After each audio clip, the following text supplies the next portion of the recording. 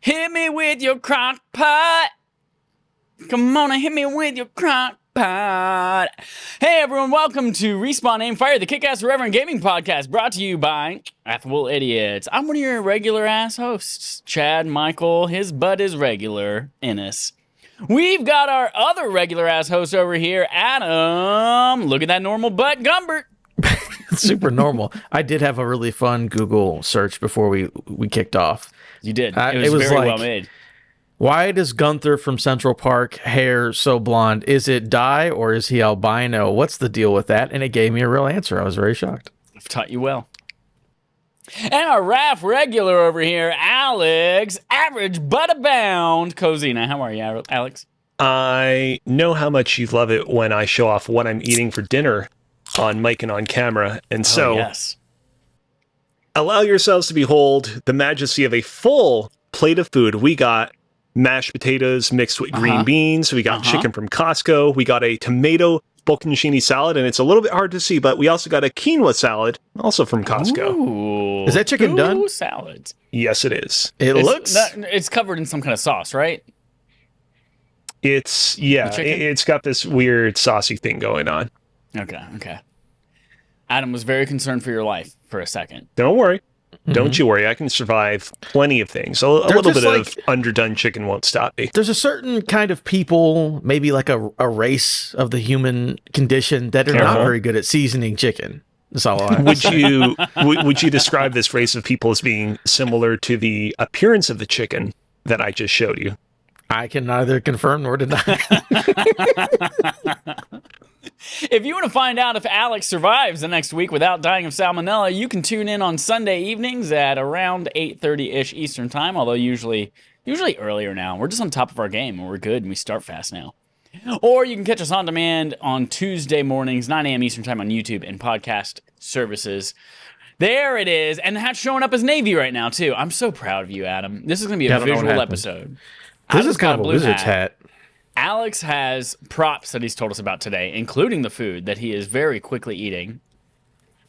We've got some stuff to talk about today. Not a lot, though. We've got 2 stories and a couple games and some props. But we're going to start today by talking about THQ.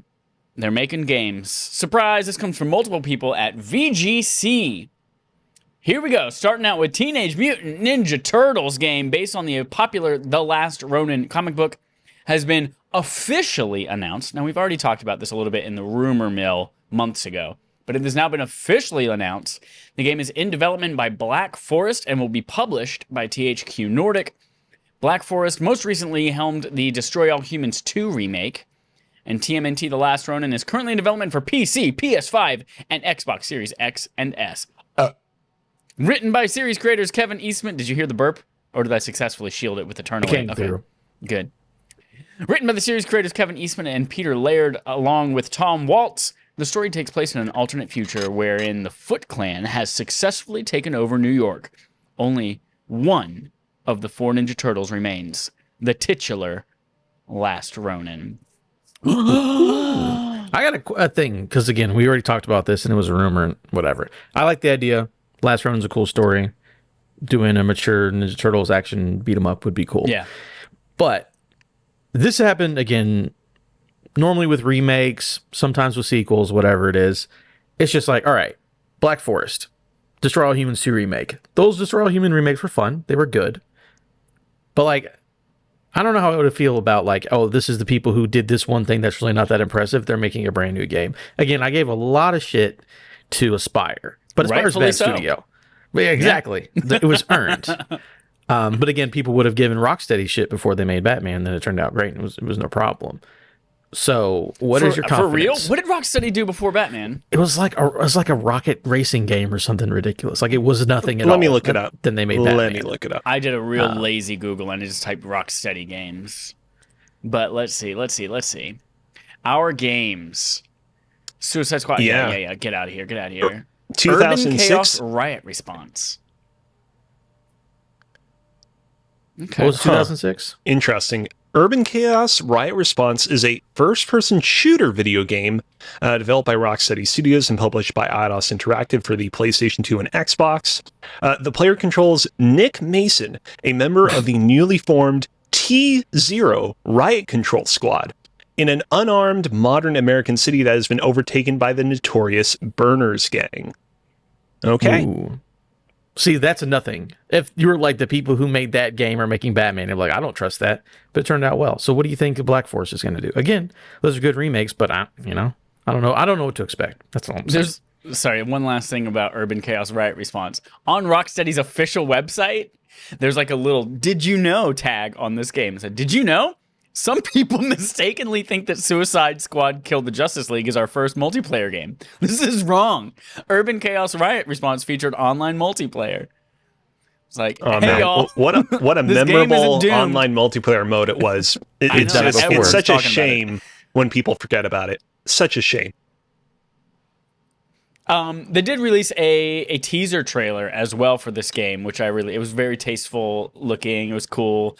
It was black and white, which means when they showed you, they had 4 candles, and then they showed you 3 little vignettes, each one where a turtle was dead. Like in the first one, it was like, this turtle probably drowned. You see the little bandana floating in the water, but because it's black and white, you have no idea which turtle it was. Same thing with burning, and then I forget what the last one was, and then the last little flame, it's just like, all right, this is the turtle. Boom. Got a sword, got the different weapons on their back. We have no idea which turtle it is, except for Adam does, because he's a nerd and read the comics or something like that. I'm interested. Yeah, very interested. I really want it to be good. Yeah. Speaking of something that I'm interested in and I really want to be good, but I don't necessarily trust it, you thought one licensed game was enough? THQ Nordic has announced an all-new South Park game, South Park Snow Day. Snow Day is described as a 3D co-op adventure on the snow-piled streets of South Park. The game will release in 2024 for PC, PlayStation 5, Xbox Series X and S, and Nintendo Switch. This is a quote, "Grab up to 3 friends and battle your way through the snow-piled streets of South Park on a quest to save the world and enjoy a day without school." According to the reveal trailer, the game is developed by Question Games. The California-based studio has previously worked on first-person titles The Magic Circle and The Blackout Club. 2, again, incredibly memorable games that everyone knows about. Is Snow Day supposed to be like a play on words or like a reference to something I'm not familiar with? Because you would assume it's not dirty sounding, right? This being exactly like it's not. I know like the stick of truth is not like the most obvious, double entendre, but you could be like, oh, stick like a boner, for example. But like Snow Days, there isn't really even anything you can work out of that. I mean, unless it's just jizz everywhere. Everything is covered in jizz. That's the only thing I can think of. Oh no. That's the yeah, I know. It's South Park though. The originators of the Yelp theme song "Boogers and Cum." That is in the video game as well.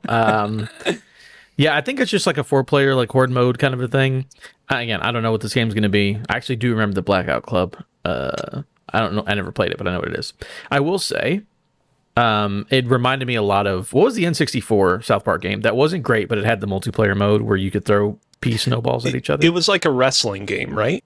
Am I remembering that correctly? First-person shooter. Yeah, they had the cow gun, and then you shoot, and then the cow butt cheeks would go on the screen for the person that you hit, and you could pee on the snowballs and throw them at people. I'm gonna Google it while you guys talk. So, I now understand. So there's a. I was looking up. I was like, Obsidian did the previous 2 South Park games, right? Stick of Truth, Fractured Butthole. Basically, the 2 like really, actually incredible, very funny games that I recommend everyone play. Obsidian did Stick of Truth, but Fractured Butthole was actually Ubisoft in their San Francisco studio. The folks who did Rocksmith. But now I guess this makes sense. Now that THQ owns the license, it can't be developed by Ubisoft. So it has to be developed by some rando-ass studio that they own. All right. Yeah. By the way, I put the Wikipedia. The game was just called South Park for N64. But yeah, again, these are cool announcements. We'll see. Because I don't really... What has THQ done? Good. I feel like they do okay games. So I guess we'll see how excited we get. I would God, I want the Turtles game to be good. South Park multiplayer horde game, that may be fun for a weekend. I guess we'll have to wait and see. Whatever. Back in the day, I did a playtest for Ubisoft, and as my reward for completing the playtest, I got money and I got access to the Fractured Butthole on PS4. And unfortunately, I never got around to it. I think that by that point, a lot of the initial glow following the game's release had faded, and a lot of people were like, not as good as Stick of Truth, so I never stuck around for it, but never say never. If it's a barf game, I'll definitely play it, but probably not outside of that. I think the combat of Butthole is more engaging. The only reason why I think it's not as good as Stick of... I know. The combat of Butthole. The only reason why I say Stick of Truth might be my preferred of the two games is just because Stick of Truth was more compact and like Butthole was too long. But I did enjoy the combat a little bit better. It was definitely more diverse. It was superhero themed too, which was cool. But yeah, still recommend playing it. That's it. That's it for the THQ stuff. That is half of our podcast content. No, we've got a lot of bullshit. Yeah, we got some bullshit to go. Speaking Chad, of bullshit, quick question. Yeah. Cool question for you. Behind your left shoulder, I'm assuming it's a 3D printer, but maybe it's like it's either a safe or like a mini fridge. What is that exactly? So yes, this is it's a bomb. Oh no, Chad, you gotta get out of the room. There's a bomb in my apartment. I'm trying to crack this safe. This is how we get famous. I'm trying to crack this safe, and so I've strapped a bomb to it. And yeah, no, that is a brand new 3D printer. Let me see. I'm gonna turn off my. Wow. You got a new one, okay? Because I haven't seen that there in that spot before. People can't see it because I'm cropped. I'll point this camera behind me. There it is. And we'll turn off. See if I can see it on Twitch now. The blur. No, that's too many clicks. Too many clicks. I'm not going to be able to do it. It's fine. But anyway, you can tell so this is either a bomb or a 3D printer. I had a moment of weakness. And oh no, I had a moment of weakness on top of a moment of frustration. So I have my other 3D printer beside me. And it's still going right now. And it is, for right now, printing its very first completely successful print in weeks. And it is 64% of the way done with it. I just got so frustrated. I'm seeing all these people on this Slack channel at work posting all their amazing things about this Bamboo X1 carbon printer that they all have, that I just now have as well. And they were all just like, everything's perfect. You never have to worry about anything. It's amazing. It's so technologically advanced. It scans things for you and automatically detects when it turns into spaghetti, or it uses LiDAR to scan to make sure it's level and that the first layer is perfect. And I was just like, I'm so jealous of all y'all. And I'm trying to print. I am now printing on it currently the beginnings of this Omni modular display case thing, so that I can put all of my Game Boys that I've collected and stuff like that in there too, and display them on the wall with like LED lights and stuff like that in it. But I've been putting that off, and I was like, I don't want to start printing that until I know that my printer is printing reliably really well. And then I was like, that's never going to happen. It might print one or two things well, and then it's going to go to shit, and then I'm going to get frustrated. So yeah, I had a moment of weakness and watched a YouTube video about it, and at midnight one night, I texted Joel and Matt, who are also 3D printing bros, and I said, I typed a bunch of periods first. I was like, dot, and then Joel just said, go to bed, don't buy it. I already knew what was coming. And I was like, I already did it. I already bought it. And so yeah, I got it yesterday. Is this thing that you're currently 3D printing like something that you've wanted to construct / purchase for a long time now? Because like, I've thought to myself, man, it would be cool to own a 3D printer. Those things are the bee's knees nowadays. But like, then I think to myself, well, what would I realistically use it for? Like, what would I do with it to kind of get my money's worth? And like, I guess like create like a cool controller shell. Like, I don't have an immediate obvious use that I would use it for. And so I'm not like, I've never broached the idea of actually seriously buying one, because I don't want it to just be a huge money sink. Yeah, I've been wanting it for a few months. One thing that I've like been jealous of looking at people is like, this one is capable. You can't really tell, but on top of it, there are 4 different spools, and it like automatically will choose what color of plastic to use and cycle them in and out. So you can do things like this and do multicolor prints. So this is a little coin that it printed out, and then there's this one with its logo on it too. So you can do focus. Thank you.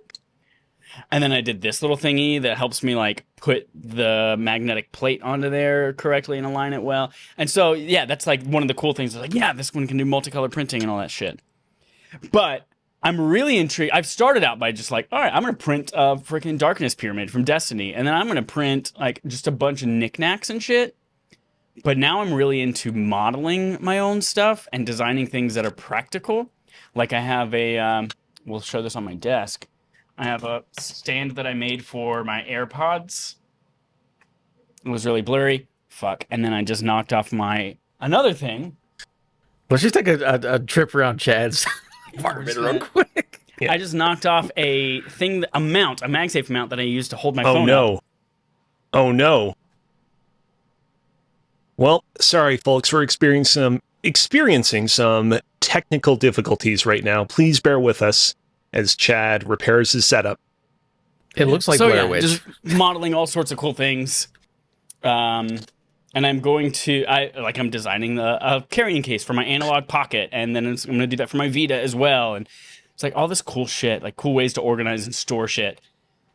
So that's what I'm really into now, is like designing my own stuff. So yes, this has like enabled me to do that in a much more efficient, almost like completely fail-safe way. Real dumb question time. Can you put liquid chocolate into it?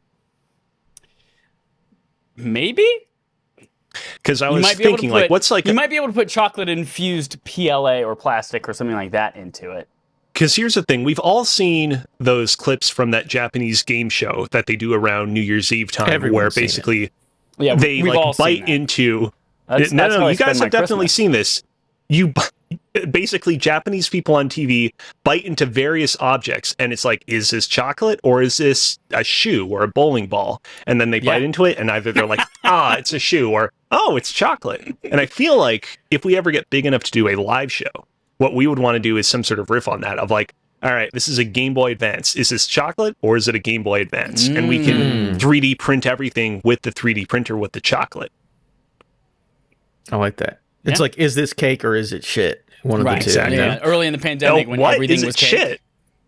Yeah. That's really that's a really nasty repercussion if you get it wrong. We don't play no baby version of this game. We need high stakes. Make for good content. Okay. Yes, Adam, thank you for calling out my very fiscally irresponsible decision to buy this amazing high-tech, amazing printer. Live your life. Live my life. Speaking of printing, you can print props. Alex, you said props. Do any of those have anything to do with what you've been playing this week in playtime? So I'll just go ahead and I'll jump to the end of what I wrote down for what I've been doing in playtime this week, because this actually relates to the last piece of information on my docket. It was Pokemon Go Community Day today.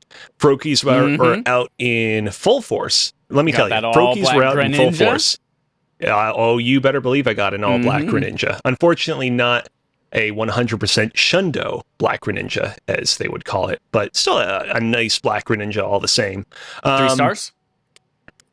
No, unfortunately. I got some that were very, very close, but not quite there. Okay. Walked around a lot around the neighborhood. As I was walking around, I saw a garage sale. Woman had just reached into her garage and was just pulling all sorts of shit out on the lawn and just selling it at bargain prices. And I was looking around and I was like, oh man. Here's the thing. I feel like most of the garage sales that we have here in Montreal are like, it's like weird, like coffee sets from like the 1970s Sears catalog that nobody will ever want to use again. Every now and then, though, you get some good, interesting stuff. This particular garage sale had a lot of interesting stuff. I look around just randomly on the floor. Oh, there's an Atari 2600, what do you call, cartridge, I guess, of, I think it was Centipede. It was like one of those old school Atari games. I'm like, okay, we got a gamer in here.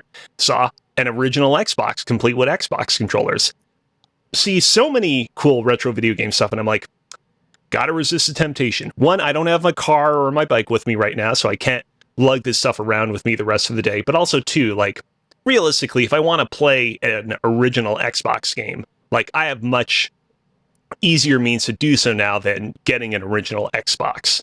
Then I look at the ground and I see a Game Boy Advance, an original Game Boy Advance, not the Game Boy Advance SP. And I'm like, fuck. I really, really, really love the Game Boy Advance. And I've actually never owned an original Game Boy Advance before. I only have owned Game Boy Advance SPs. And like, in That's many ways, the original colorway too, isn't it? Yeah. Now, the thing is, like, the original Game Boy Advance, in many ways, is, like, pretty inferior to the SP. The SP has its really nice, compact, like, flip phone design. It has, of course, a backlit screen, so you can actually see it in, like, dark, dim lighting. It does have one slight advantage to it, though, which is that it actually has a proper headphone jack. The headphone jack on the Game Boy Advance SP is like this weird connection thing. Like, it only works with like proprietary headsets. And so it's like, you know what? I'll just pick this up just as like a fun keepsake.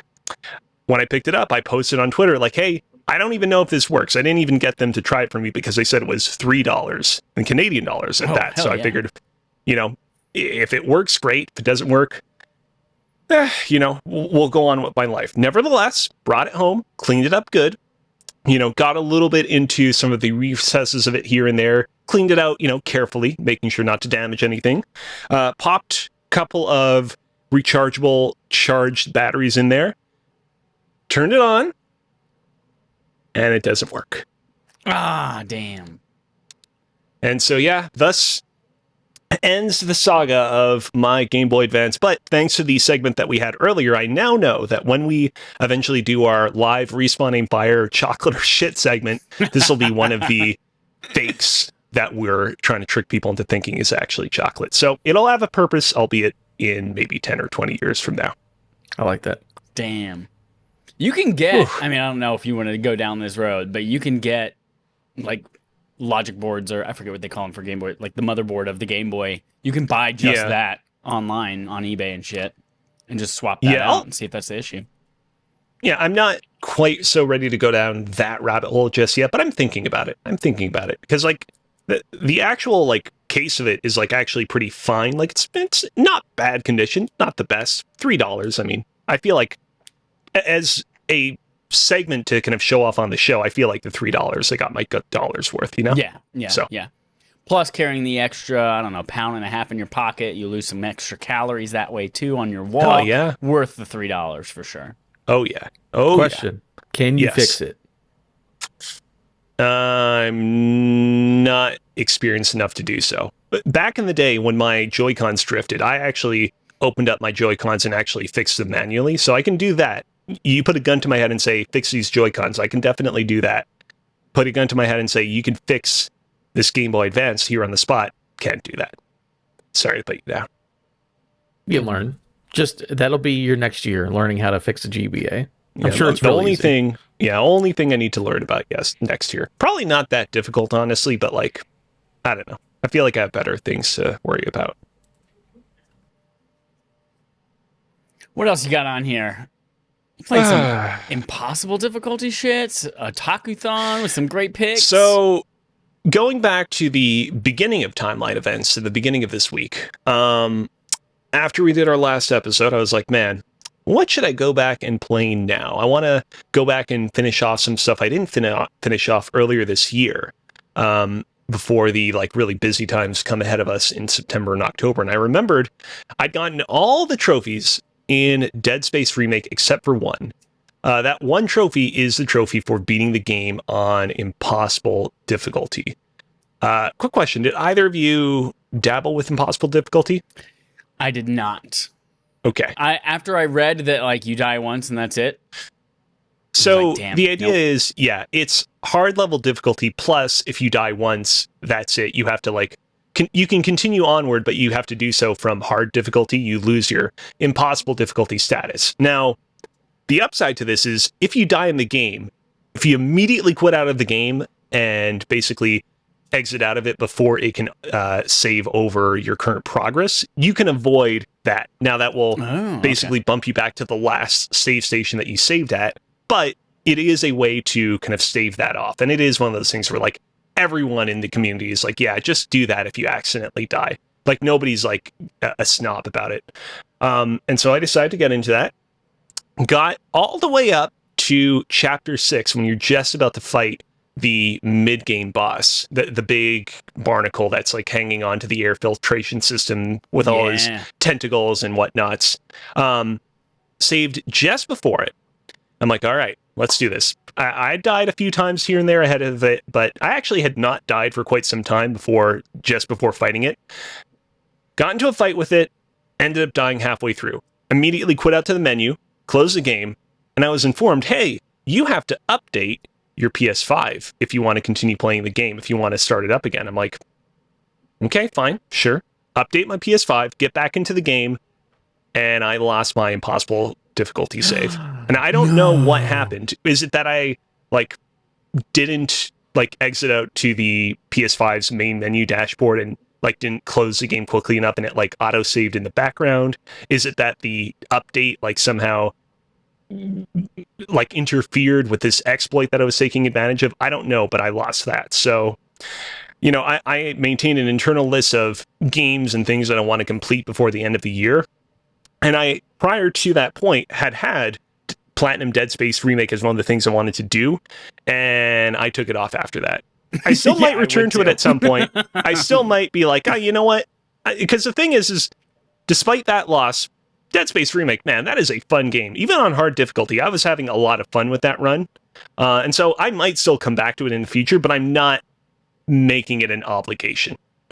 You know what you might be able to do next time is every so often, maybe every day that you play it or something like that, or every significant milestone, offload a copy of your save onto a USB drive.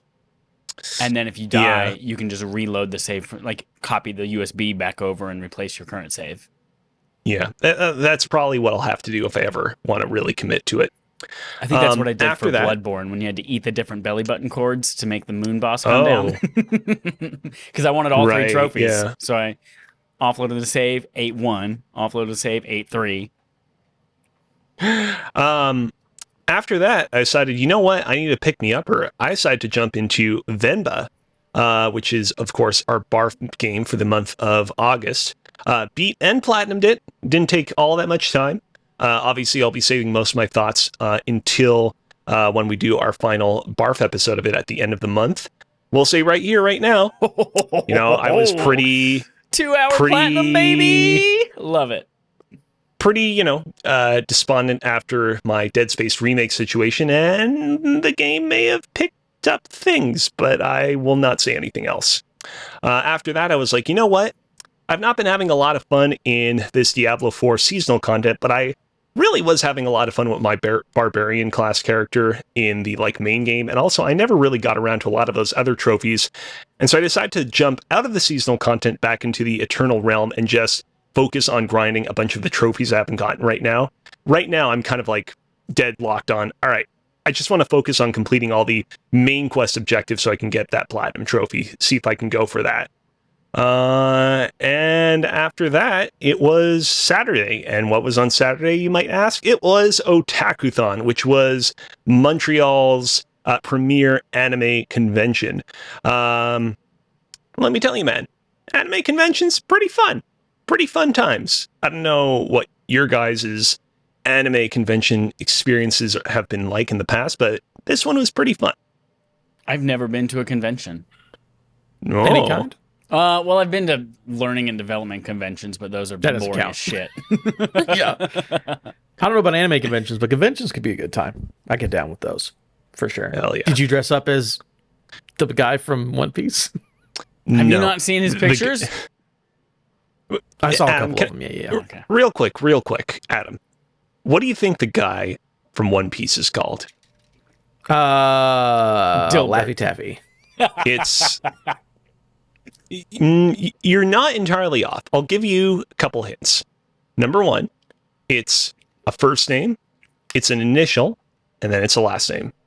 Number two, your joke guess was actually not far off. Number three, think animals. I know his name's Luffy. I have no idea what his Tiger. Luffy. Chad, don't interfere. Don't interfere. You also got part of it right. It is, Luffy of course, M Tiger. It is Monkey D. Luffy. Don't ask me what the D stands for. But it goes by Luffy? Into it. I mean, yeah, on some occasions. See, it probably has some of his friends People that are don't like, call hey, him Monkey, Luffy. they call him Luffy, right? Or do they call him Monkey? I am definitely. I know like a decent amount about One Piece, but I am not the person to ask about this. If there are any Okay. One Piece fans in the chat, speak up and let us know. Do people On call him One Monkey or do people Piece, call him the Luffy? anime, do they call Monkey Monkey, or do they call Monkey another name, like Luffy or Laffy Taffy? Monkey D. Luffy is his name, with Monkey being his surname. Oh, so it's one of the surname, you know, Flipped it around. in Eastern cultures, yeah, surname's on the front. So they call him Luffy. House of Gumbert, first name Adam. Yeah, I got you. Yeah. Last name the greatest. First name ever. Wait. But no, House was besides you not dressing up like the stretchy guy. I mean, yeah, it's a lot of fun. Like, I've reached the point when I would used to go to these anime conventions in the past. It would very much be me like, all right, I have to like super plan things out. I gotta like highlight all the interesting panels that I need to go to, all the interesting events that I got to attend.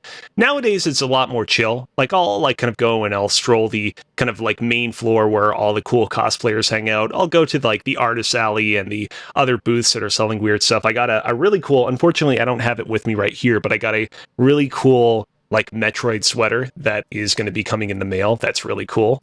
I got, what else? Got a couple of cool shirts. You know, I also like strolled around. They have like a game room and they have like Smash Bros and Pokemon tournaments and other like fun video gamey stuff going on. And of course, they also have anime screenings. I watched episode 1 through 4 of the Konosuba spinoff about the girl that does all the explosions. If you've seen Konosuba, you know what I'm talking about. Sounds fun. I've never heard of that, but sounds cool. So I Googled, what's the cool Metroid sweater that Alex got from Otakuthon that's coming in the mail? He didn't tell me when, but I'm guessing in a few days. And the first image is from Smash Bros. And the second one, none of these are sweaters. So I don't believe you. Actually, the very first web link is from GameFAQs. I think Metroid is a pretty cool guy. That's wrong on a lot of levels. When I get it, I will definitely show it off on the podcast, but it's not coming right away. Hold on. Oh, no. What now? This is from 14 years ago on GameFAQs.gamespot.com. Oh, dear.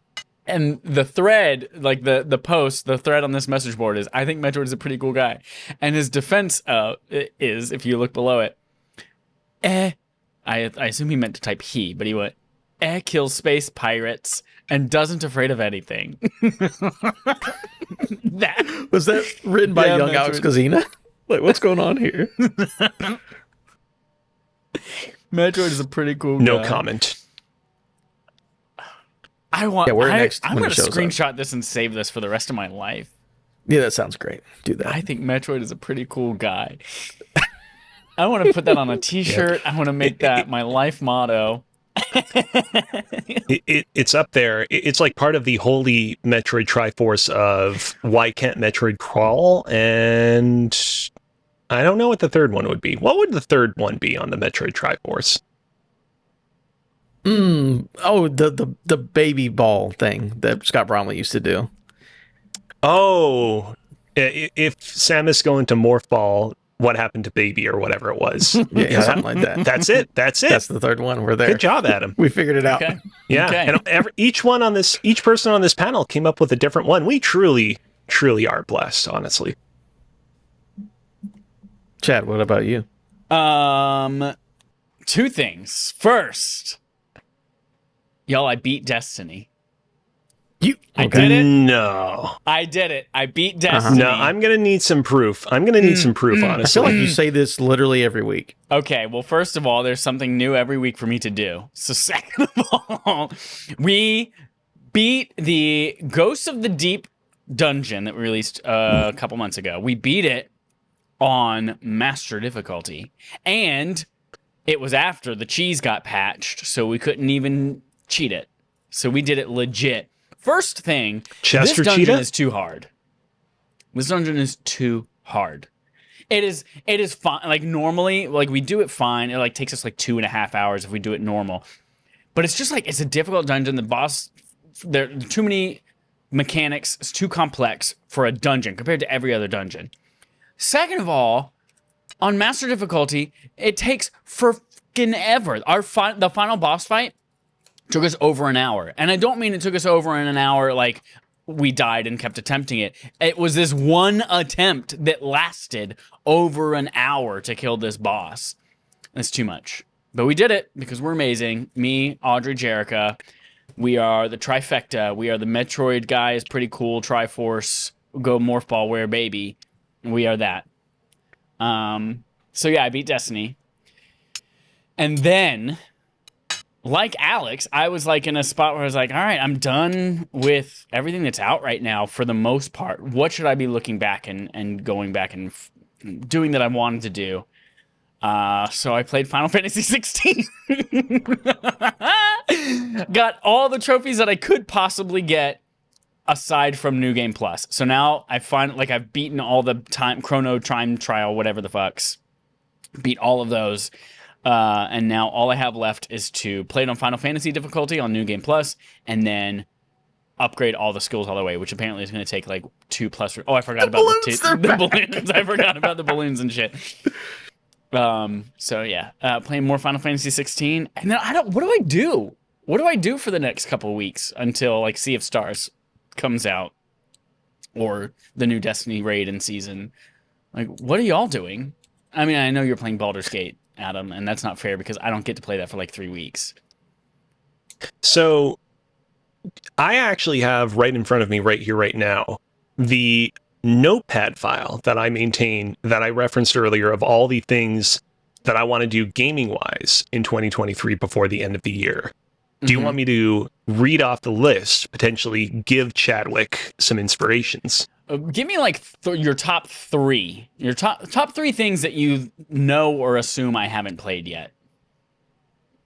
Okay. Or done. Maybe if it's like the list is split into two sections. There's like 2023 games to complete, 2023 games to platinum. Games to complete. Complete Bayonetta Origins, Syriza and the Lost Demon. Complete Pass. Atomic Heart. Complete Pass. Pizza Tower. I don't even know what that is. Alex, you struck out on this one. Pizza. I feel like we talked about it when we did the Wario 3 episode. Pizza Tower is like the Wario Land-esque game that came out on Steam earlier this year that people really loved because the Pizza Chef has like a weird, like very expressive face in it. Games to Platinum. Platinum, Final Fantasy VII Intergrade. Platinum, Diablo 4. And of course, Platinum, Ratchet & Clank 2002. Don't know if I'll actually get around to that last one. It's just, I beat that game very early on in the year and I meant to platinum it right away, but I never got around to it. I think the thing that I should be doing is Jedi Survivor. I should be playing Jedi Survivor. You got some time. I did just hear on Easy Allies that apparently patch 7.0 is right around the corner and it's going to be huge and it's going to have a bunch of improvements on it. I was like, well, shit. Part of why I didn't like Jedi Fallen Order was because it needed a bunch of patches, and I played it before all those patches. So I'm like, now should I just wait till 7 and then not have time to play it when I should be playing? I don't know. I would say all the good patches have already come out. I'm sure there's another cool one, but I think that you could go now. I did play a little bit of Pokemon Violet Scarlet because they got that free Mew right now. And then you give Mewtwo raids, and then if you make Mew fight Mewtwo in the Mewtwo raids, then something secret happens. But shit. So I got my Mew, I logged in, I went to some websites, like, here are all the codes right now for all the good shit you can get from mystery boxes. And then I was like, hey, now that I'm doing this, let me connect it to my Pokemon Go account so I can start giving those Gimme Ghoul coins. Ooh. So now I'm doing that, sending a postcard from Pokemon Go into Scarlet and Violet every day, gets me a little coin bag that I open up, and as long as I'm walking around, get a little Gimme Ghoul. Gimme Ghoul pops up every 30 seconds. I catch him. Sometimes he drops coins. Most of the time he doesn't drop coins. Guess how many coins you need to evolve him? 999 coins. He drops one coin every 10 catches. Jesus fucking Christ. Yep, Gimme Ghoul. So yeah, I played a little bit of Pokemon too. All right, Adam, tell me about your V and BGs. I got big VGs. I don't know what I was saying. I also played Vemba, finished Vemba, Might go back for the 100%. It's not too bad. Is that satisfying to you at all on Xbox? I don't care about something? platinums on. I don't care about platinums. I don't care about 100%. I do it if I care about the video game. So I did it for Jedi. I did it for Marvels. I will try to remain very spoiler light in stating what I'm about to state. But if you do want to go back and 100% everything, your progress is saved after completing individual chapters. So if you see any achievements that are like, oh man, you got to do all these things with like 100% perfection, you don't have to like play the game from start and get to the finish doing everything perfectly. You can chapter just go to those spots. Yeah. We'll talk about it, but very, very interesting video game. And really easy. I beat it in one sitting. I just sat down. Kid watched me. That's what I'll do. I'll play Venba. I mean, you need to anyways. Yeah, I do. Yeah. But next, Baldur's Gate. Continue to play Baldur's Gate. Man, let me tell you, big game. I think people are really going to like this one. You still in Act 1? No, I am in Act 2. I am now officially on stuff that I've never seen before. Ooh. Actually, the last thing that I did was there was stuff I hadn't done in Act 1 that I'd never done. I just did all of that, and now I'm in Act 2. So everything is clearly brand new. And it's just like, man, what a game. Listening to other people talk about it, it's like, man, I'm not talking about this game right. Because they're just like, they're fucking two-handing it all over the place. I'm like, yeah, you guys are right. I just got to learn how to say that better. It's great. I am excited for everyone else to play it. It is magnificent. So many choices. Everything matters. You can just do. It's just ultimate freedom, man. It's crazy. Ambitious is what I'll say. Like, I cannot believe that someone figured out how to make this video game in 6 years. Crazy stuff. And it's really fun because now I got all these cool powers and these new people. Everyone's horny. Hey, guess what? So I saw a joke on Twitter where they said everyone in the game is protag sexual. That's what it was. Where everyone... Oh, protagonists. Got it. Everyone wants the main character. Doesn't matter what you are. Doesn't matter what you look like. What you prefer. Everyone's like, hey. It's like Taylor Swift sexual. Like, yeah, everyone wants a piece of that. Doesn't matter. I don't know about everybody, but yeah, something similar to that. But yeah, no, it's just I can't believe it, man. It's great. I cannot wait for everyone to play it. It is actually, it's just unbelievable. There's a question in the chat. Did they have to change anything about 5e to make it fit the vidya game? I will say, Tim, not really. But Tim would understand because he plays a lot of 5e. I get his man, username now. Demuseatim. Museatim. It's Tim Demuse, I believe, is the man's real name. Okay. So it's just reversed. No, it's everything. Do all the spells, all the abilities. It's all there, and it's like makes sense. You know, like either it just works word for word, or it's like, oh, it makes sense in the game. And it's really, really creative, and it's really awesome. I love it. I'm so pumped for this to come to hit PS5. Yeah. Speak with Dead and Speak with Animals, I think, are probably the best spells in the game. Just because every animal has something ridiculous to say. All the dead people are great. It's wonderful. I was listening to Easy Allies today, and one of the people was like, oh, I spoke to a rat, and they led me to treasure. And then there was another one who was like, I spoke to this guy who was a cow. Like, there was a cow who was, like, clearly a little bit weirder than the rest of the cows. And he's like, dude, you can't blow my cover. You can't be talking to me right now. I need them to think I'm a cow. All I can say from you here is moo. Yeah. Like, I talked to one animal, and it was like, bah? Like with a question mark. And then it hissed at me, and I'm like, well, I can speak with animals, so you saying bah makes zero sense. And because, hint, hint, it's not actually a sheep. No, it's great. And it's wonderful. Real fun. But yeah, everyone play that. Awesome. Game of the year. I would say, now that I'm in Act 2 and doing stuff I've never done before, I think if it's not in consideration for like the Keeleys and like every major outlets, then they're just not actually doing Game of the Year correctly. Without a doubt. I mean, I believe at the moment it's the highest rated game on Metacritic for the year. Yeah, it's like 97 even over, or something like that. Yeah, even over old Zelda. So yeah.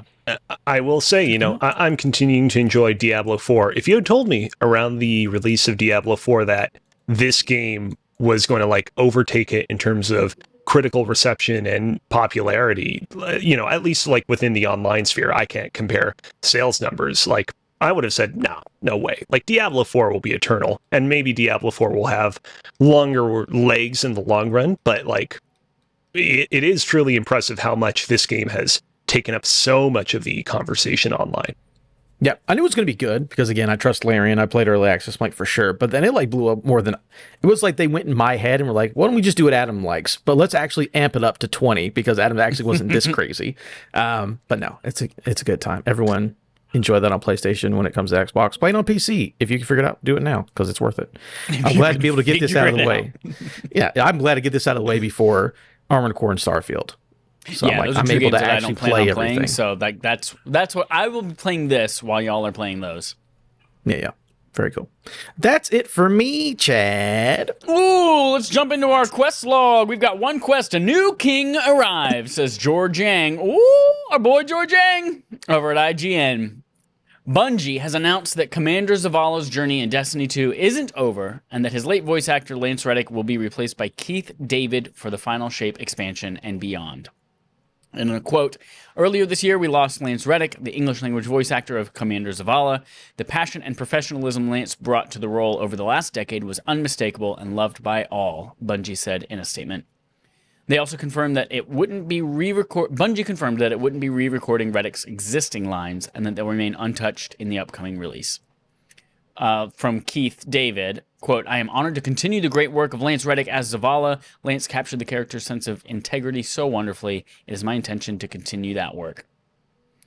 I cannot possibly think of a better person to fill the shoes of Commander Zavala. Like, Lance already had such a distinct, like, identifiable, like, deep voice and the way his speech patterns and all that kind of stuff.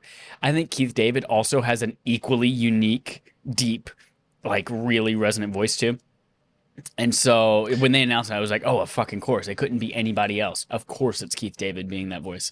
And he's done a bunch of voiceover work too in video games before, including Mass Effect. And so, like, it's really cool that he's involved and, like, he genuinely enjoys the medium too. And it's not just some random ass voice actor.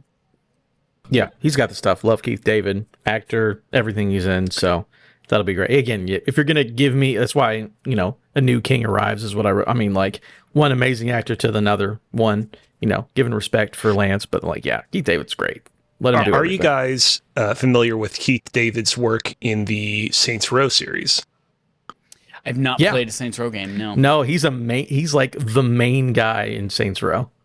Yeah, it's his sort of arc in those games is really interesting. In the first game, the 2006 Saints Row, he plays Julius Little. He's the original leader of the Third Street Saints, of the gang that you kind of join up with in that franchise. Saints Row 2, turns out he actually betrayed you and basically set you up to die. You confront him about this, you kill him, and in doing so, you take over the Third Street Saints. We get to Saints Row 3, he's nowhere to be seen because his character is dead, but you can kind of tell that people making the Saints Row games were like, oh man, it's kind of shitty that we killed off his character in the last game, because, like, now the series is, like, at its point where having a Keith David character actually really makes sense. And so in Saints Row 4, they're like, well, our character is going to be the president of the United States now. Who should be his right-hand man? Who should be the vice president? Keith David. As Keith himself. David, the human being. So Keith David was the actor, and then Keith David, the human being, was in the video game. Also, love it. Yeah, Tim pointed out in chat, the Arbiter being like, oh yeah, that cool twist in Halo 2. And yeah, another plus he great gets to role. wield an energy sword. Fuck yeah. That's it. That's the quest log. So now we're going to move on to our segment from Adam. That's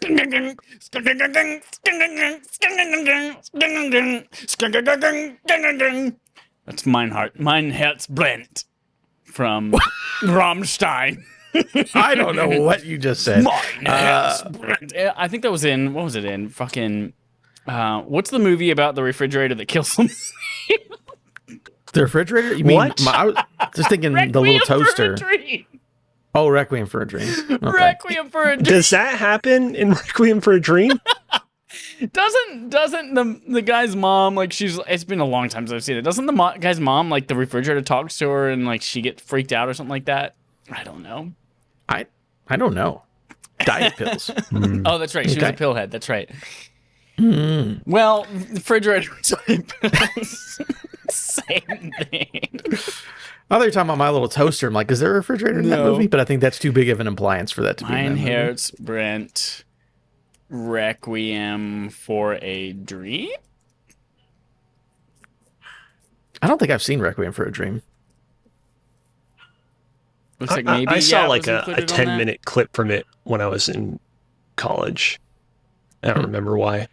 Anyways, segment from Adam. This week, I'm playing a little game called Keyword Countdown. Now, I will give some credit. I was recently on Screen Quest podcast from my buddy Chris, and he was like, "Hey, come over and talk about it." Before we get too far away from Requiem for a Dream, the museum Go for it. confirms in chat that the fridge does have a weird sequence. I'm not imagining the thing with the fridge. You said the museum. Yeah, that's clearly what he's going for. Like, duh, like as in the museum. The museum, museum. Tim. I see. Yeah. I mean, sure. Jesus Christ. Yeah, so we're playing a game, Keyword Countdown. Again, I was on Screen Quest with my friend Chris, and he talks about movies and stuff. And he got this game from, you guys know RKG, right? The guys who did Prepare to Try or Prepare to Die, and then they went and did their own thing. So there's a game that they gave permission for Chris to do, and I'm stealing it from Chris.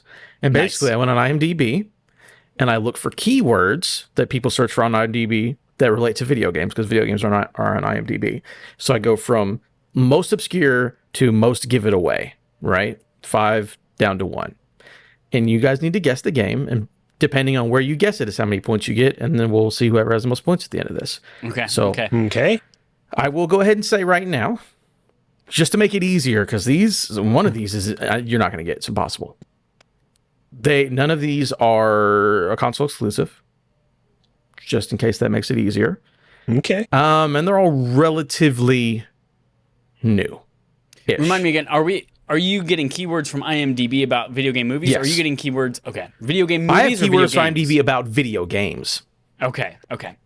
because video games are on IMDb pages because they have actors. So Got it. I'm going to go through this, and again, these are modern-ish. Like, there's nothing that's like N64, PS1, none of that stuff. Sure. Nothing that early. Something modern enough to have voice acting in it. Yeah, exactly. And it's nothing that's console exclusive. So we'll go ahead and we'll start with number 1, the museum.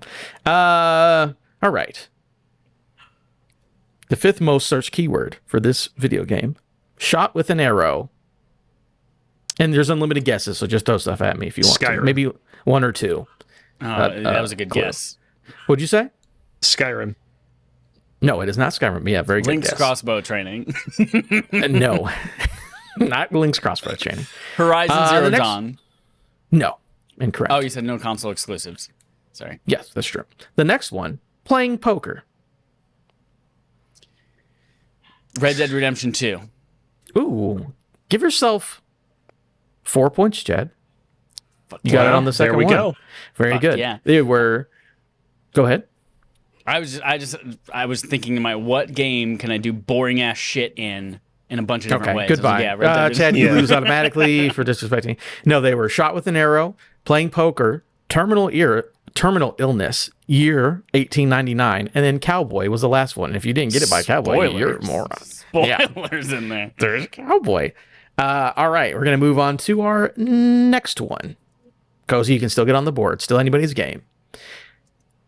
First clue is indie game. Fez. Hollow Knight Silk Song. Not out yet. Cuphead. Okay, Hades. not any of. Chad, give Indiana yourself 5 Jones. points. Fuck yeah. What?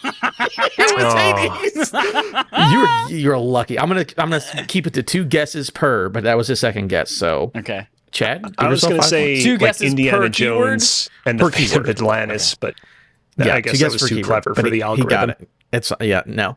Yeah, the clues were indie game, isometric view, action RPG, roguelike, and Greek mythology. Again, by the last one, you should be able to get it. But good on you, Chad. Jesus Christ in heaven. All right, moving on to the third one. Chad has 9 points, I believe. Yep. Cozy was 0. All right, first clue. Open world game. Breath of the Skyrim. Wild. Nope. Tears of the Kingdom. All right. Just moving You on. just wasted 2 of your things on console exclusive things, Cozy. I'm going to say The Witcher 3 Wild Hunt. No. It's not Breath of the Wild, not exclusive to any console because it's on both the Wii U and Here we Switch. go. You're Here you correct. go. Technicality. Not so. Oh, by the way, yes, chat, you can guess. If you get it, I will give you guys points in chat. Second clue, castle. Immortals Phoenix Rising. No. If you don't have a guess, that's fine. We can just move on to the next Assassin's one. Creed. No. Nothing, Chad? You want I to don't move think on? I have a guess. No, yeah. Okay. Third clue. Role-playing. Oh, is it Skyrim? I No. already said Skyrim, Alex. God, get your head in the game. Got to get your head in the game. Zac Efron said that Oblivion. in High School Musical. Nope. You wanna The go on to Elder the next one, Scrolls Chad? 6. You've already coming guessed out in two. 2030. You're done. Not Pillars of Eternity. Museum Man. Anything for you, Chad? Or you want to go on to the next one? No, go on to the next one. All right. Again, this is when it gets easier and worth less points. Mm-hmm. Ring. Elden Ring. I'll give it to Cozy. You said it at the same time, but he needs points. So I will give it to Cozy. Okay. Give yourself Thank 2 you. points. Write it down somewhere. If you let Chad keep your points, you will lose. All right. I will say these last two are maybe a little more difficult. They're not completely Okay. obscure, but I would say it's not going to be as easy as Hades or Red Dead Redemption 2. All right. First clue. Remake. Final Fantasy Resident Evil 2 VII remake. No, neither one of those. Dead Space remake. Nope. Chad, you got another one?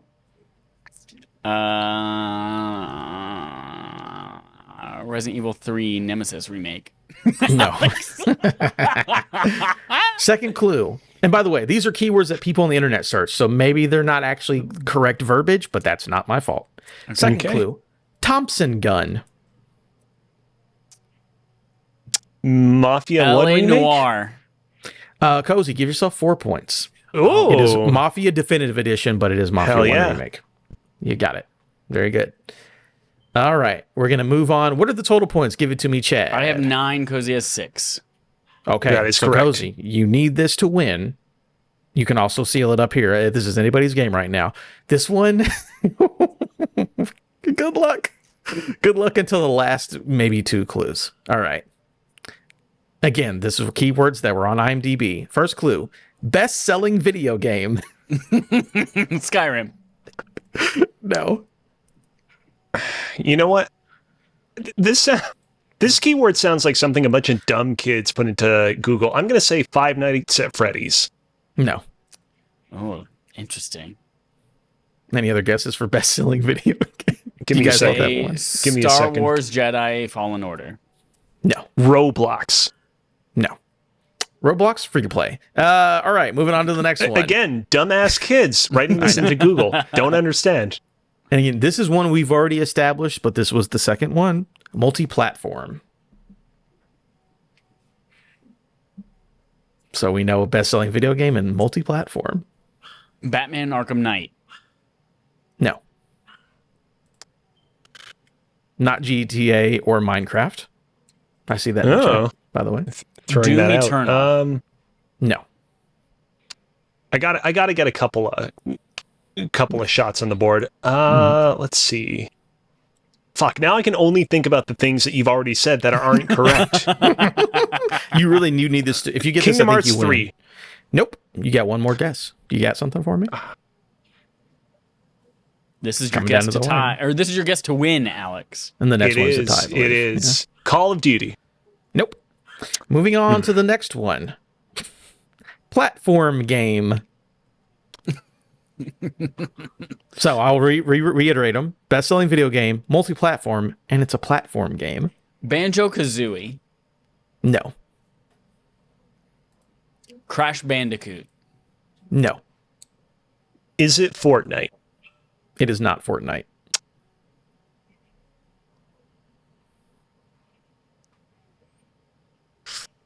So I'm trying to think if it's like a 2D platformer, like what game would it be if it's multi-platform and like best selling? Because like That's what not, IMDb not a was whole lot of asking. other ones out there. It's not By the way, Mario. you're definitely going to get it with these next 2 clues. Okay. So, Miss Splosion Man from Xbox Live. no. It is not. Not Shovel Knight or Rayman Legends. Also good guesses. The second most keyword for this video game, Toys to Life. Skylanders. Damn it. Skylanders Spyro's Adventure. It's the first game, but technically Skylanders. Yes, you're correct. So that would be You Man. still lost. 2 points, which leaves you at 8 and Chad at 9, I believe. That is correct. So close. Very fun game. I told you the last one was a That is doozy fun. because Yeah, that is very those first couple ones are nothing. It's like it sold well. Okay. Thanks a lot. But there we go. That was our fun game. 5 games, 5 keywords. People on the internet don't know how to search for things. That's my segment. Love it. Thank you for that. And we have a Game on Game Show. The game on our gaming show called Game on, the gaming show on our game show. Game. We've got a returning one with a twist. In the past, we've played GameStop Blackjack. Today, we're playing GameStop Golf, everybody. GameStop Golf. Here's how this works. You will each have to pick 7 games that we are going to trade into GameStop. The goal is, at the end of the 7 games, to have the lowest cost. So you want to find 7 super cheap games to trade into GameStop. Here's the twist.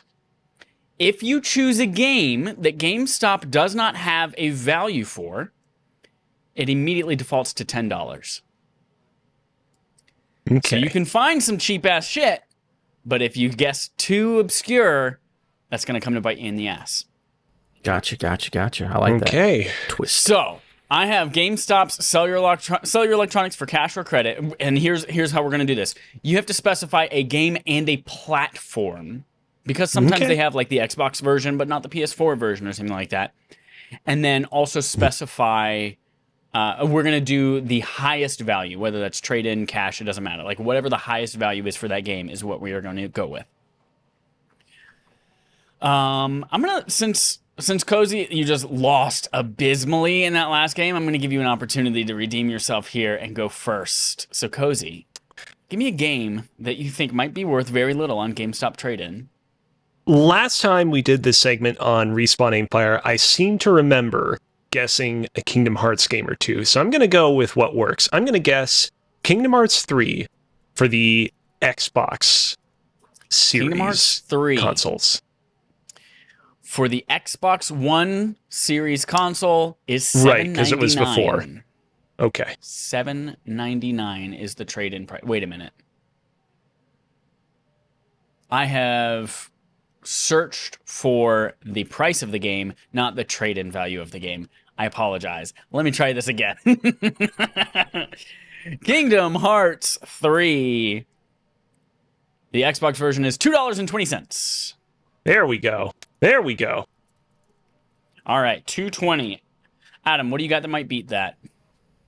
Let me get Madden NFL 22 for Xbox One. Madden NFL 22 for Xbox One. Yes, I'm assuming there's a version for Xbox One. There is a Series X version as well. The Madden NFL 22 Xbox One version is up to $2.20 in store credit for Pro members. Ooh. So look Madden at that tie. NFL 22. That's $2.20. You're at a tie. All right. Alex, how are you going to pull ahead? Let's go with Gears of War 4 for the Xbox. Ooh, Gears One. of War 4. Uh-oh. Unfortunately, the only thing that comes up is if you want to trade in a Gears of War 4 2TB 1S console and not a game. So What? that defaults to $10. Oh. Gears of War 4, $10. They don't take it. All right, Adam, what do you got? Let me get NBA 2K22 for Xbox One. Actually, no, for PS4. Excuse me, PS4.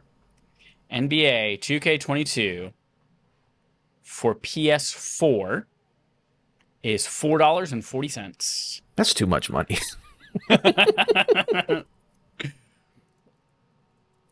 All right. Currently, Cozy, you're at $12.20. Adam, you're at $6.60. Shot in the dark. This could go really badly for me, but I have faith. I have faith that the GameStop database has this in there somewhere. Anthem, PS4. All right, Anthem for PS4. Let's find out. It does not show up. Yeah, No! they definitely don't $10, take that video buddy. down. Oh. There's a 0% $10. chance. There was, I I was think there was just- a I day had faith. sometime this year where they pennied them out. Like they were literally selling them for a penny. Right, and that's what I was thinking. I was like, for certain, like, we're not so far past that game dying. Like, they might still have something or other about it in the database, but I guess not. All right, All Adam, right. you've got a lot of breathing room here. What do you want to search for? It's a shot in the dark, but I'm going to go Injustice 2, Xbox One. Injustice 2 for Xbox One. Specifically, we're doing the launch version, not the Legendary Edition. Yeah, sure. That's what you've said, so that's what we're going with. Mm-hmm. Injustice 2 is 55 cents. Ooh, yeah, knocking that was a good one. Yeah. That was a good one. All right, Cozy, you've got some ground to make up. Resident Evil 3 for Xbox One. Resident Evil. This is the remake you're talking about, right? The 2020 remake. Okay. Resident Evil 3, Xbox One, $6.60. Not bad. Yeah, not as good as 55 cents. No, that was a rare find there, Adam. All right, Adam, your fourth game. Oh. This one might come back to bite me, but I'm going to say Burnout Paradise Remaster for Xbox. I think it's one. Or maybe it needs to be Series X or S. You tell me. If there's The a one remaster version. specifically is Xbox One, yes. Yes. Had you chosen Xbox Paradise for Xbox 360, sorry, Burnout Paradise for Xbox 360, you would have fared way better.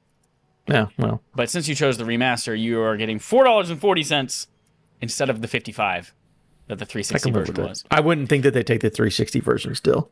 Apparently they do. The museum says the NBA 2K games are way too popular. $4.40. I don't know if you're surprised at how little or how much that is. But basically any sports game after the next year's version comes out is worthless. Well, I was used to giving people like $1 for them, so I'm shocked that it's $4. That seems high to me. That's what I'm saying. All right, so the current standings are, we have 3 games left to choose. We're a little over halfway. $28.80 is Cozy's total right now. Adam, you're at $11.55. Cozy, you got to get some winners in here. What do you got? Days Gone for the PlayStation quadruple. The quadruple PlayStation Days Gone is $5.50. Not bad, not bad. All right, Adam, what is your fifth game? I'm going to go just basic. I don't know. They're probably different SKUs, but I want the basic version of Minecraft for PS4. Minecraft for PS4.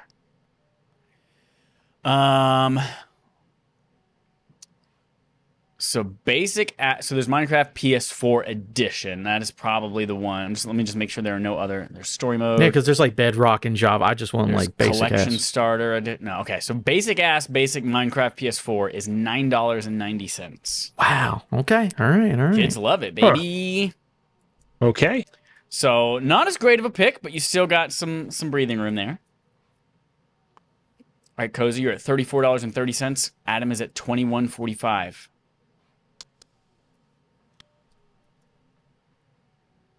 Can you find a 55 Let's go center? with Borderlands 3 for the Xbox One. Borderlands 3 for Xbox One is $2.75. All right. There we go. There we go. That's how it's done. Damn, what a highway robbery is what GameStop is on trade-in values. This Absolutely. is ridiculous. All right, Adam, your second to last game. What is it? Assassin's Creed Origins for Xbox One.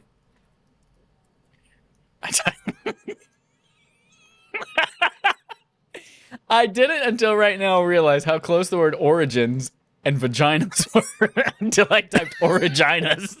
I mean, they're no. right there, right? Okay, Assassin's Creed Origins for Xbox One is $1.10. Hey, Oh, let's man. go. All right, so one. Hey, Chad, real quick, can you do it in chat? Museum Man is asking, what's the... Neither me or Cozy can't use it. Gollum. What is the Gollum trade-in price? Gollum trade-in value right now. Oh, I need a platform. You got to specify a platform, Mr. Museum. Does it matter? Okay, the most money you can get for Gollum. This is really surprising. Gollum said on PS5. PS5, you can get up to $11. Gollum on It's PS4. still a very new game, so Gollum on PS4 is $16.50. It's rarer. People want it on PS4. Gollum on Series X is $15.40. I can There see a is no situation. value for Gollum on Nintendo Switch. I can see a situation where like maybe you like some games allow you to like crossover progression in them that allows you to auto pop trophies and like instantly get the platinum in them. Maybe you can't do that on PlayStation, and so you need both the PS4 and PS5 version.